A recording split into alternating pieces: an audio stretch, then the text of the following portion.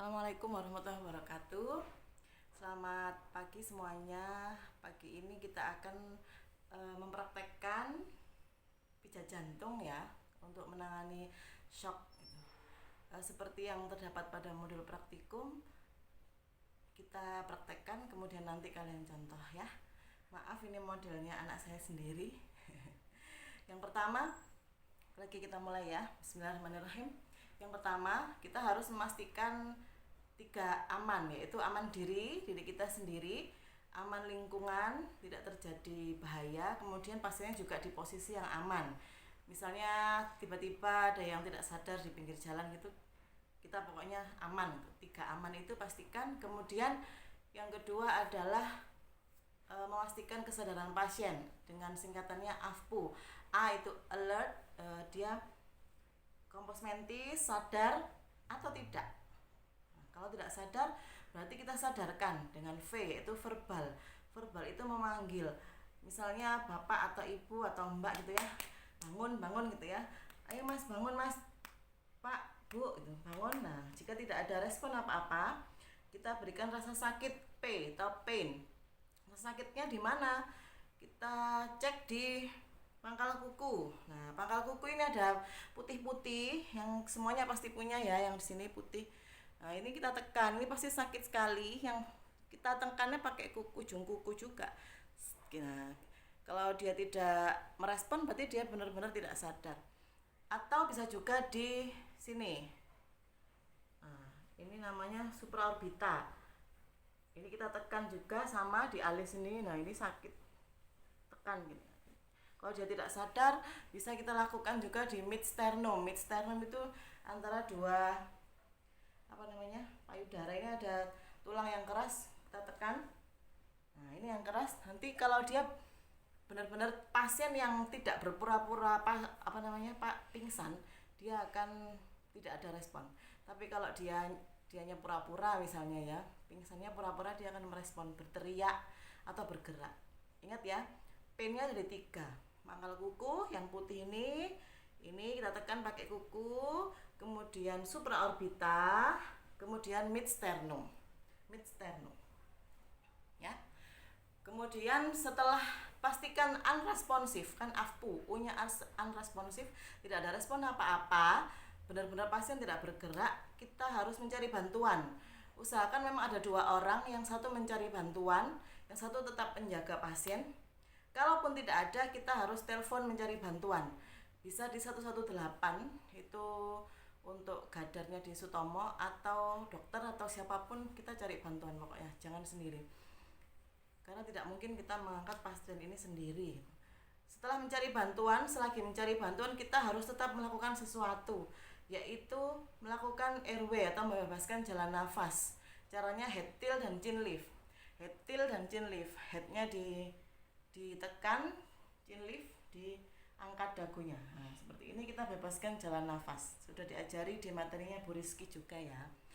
Selagi membebaskan jalan nafas, kita juga memberikan look, listen, feel. Kita cek look, kita lihat kembang kempisnya dada. Nah, kalau bergerak seperti ini berarti dia sadar bernafas. Listen, kita dengarkan ada suara nafas atau detak jantung. Feel, kita rasakan juga, oh ada nafas atau tidak. Jadi look, listen, feel. Look, melihat, listen, mendengar, feel, merasakan. Look, listen, feel. Selama 4 detik kurang lebih. Kalau benar-benar tidak ada, berarti pasien ini tidak sadar. Kita siap-siap melakukan pijat jantung. Ada 2 posisi. Jika pada ibu hamil, kita lakukan Cardiff position. Ibu memiring ke kiri 30 derajat. Ini harus kita sanggah dengan papan yang lurus. Memang agak sulit carinya, tapi harus miring ya ibu hamil. Kemudian kalau tidak hamil ya tetap terlentang seperti ini. Cardiff position itu miring 30 derajat ke kiri. Kenapa kok miring? Karena ibu hamil kan ada kandungan. Nanti isi kandungan ini bisa menekan vena cava inferior sehingga memperhambat jalannya oksigen ke janin, malah nanti dua-duanya bisa meninggal gitu. Jadi selama pijat jantung pada ibu hamil, pasien harus posisi Cardiff position 30 derajat ke kiri. Lurus ya, jangan pakai bantal tapi pakai yang keras. Papan atau triplek itu ya. Lalu mulai kita ke pijat jantung. Sebelum melakukan pijat jantung, cek dulu nadi karotis. Cek nadi karotis di sini ya. Permisi ya di sini. Nah, cek nadi karotis. Jika nadinya teraba, kita tidak perlu melakukan pijat jantung, cukup nafas buatan saja. Tapi jika nadinya tidak teraba, nanti kita lakukan pijat jantung. Nah, misalnya ini nadinya teraba. Jika nadi teraba, yang kita cek hanya RR atau nafas saja. 1. Jika nafasnya dalam 1 menit 12 kali atau lebih, berarti pasien ini sebentar lagi sadar, cukup recovery position. Ingat, jika RR dalam 1 menit lebih dari 12 kali, recovery position. Recovery position itu seperti orang memeluk guling. Agak mundur nih. Nah, ini kaki kiri lurus, kaki kanannya nekuk, ini lurus. Nah, seperti ini, kelihatan nggak? Mundur sini, Mas. Nah, ini recovery position ya. Ini dilakukan jika nadi karotis teraba dan RR-nya atau nafasnya lebih dari 12 kali 1 menitnya. Berarti pasien ini sebentar lagi insya Allah sadar, recovery position. Jikapun dia muntah, dia tidak tersedak, muntahnya bisa keluar. Seperti ini, seperti meluk guling. Yang kedua, jika nadi karotis teraba kemudian RR-nya kurang dari 12 kali per menit, pasien terlentang saja. Nah, kita lakukan nafas buatan. Nafas buatan ini mode to mode ya. Seperti ini. Kita buka mulutnya. Iramanya tidak boleh berubah-ubah dalam 10 menit. Maksud saya dalam 1 menitnya itu 10 kali. Iramanya seperti ini.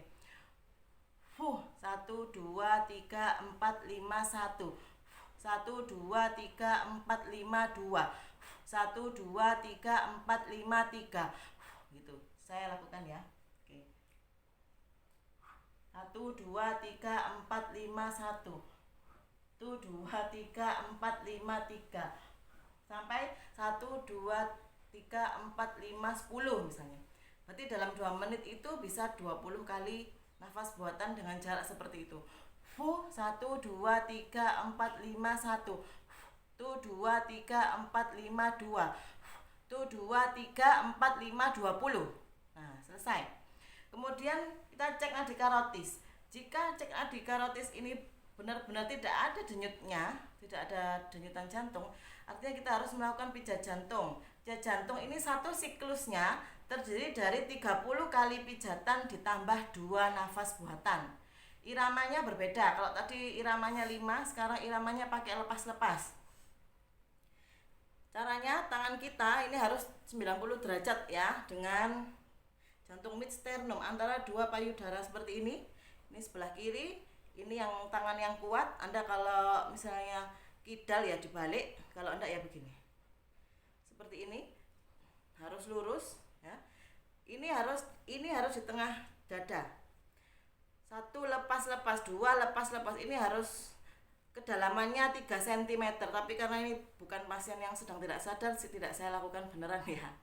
1 lepas-lepas, 2 lepas-lepas, 3 lepas-lepas, 4 lepas-lepas, sampai dengan 30 lepas-lepas. Kemudian kita tambah 2 nafas buatan. 1 2 3 4 5. Nah, 30 kali pijatan jantung ditambah 2 kali nafas buatan tadi, itu namanya satu siklus. Nah, sampai kapan Bu dilakukan RJP? Itu ada syaratnya juga di materi saya. 1. RJP diberhentikan jika sudah setengah jam ya. Kemudian jika tidak ada penolong lain, maksud saya jika sudah dilakukan semuanya tapi sudah meninggal gitu ya, ada tanda-tanda meninggal, atau pasiennya sudah bergerak, atau dokter menyatakan oh sudah meninggal gitu, hentikan, atau lingkungannya berbahaya. Itu saja.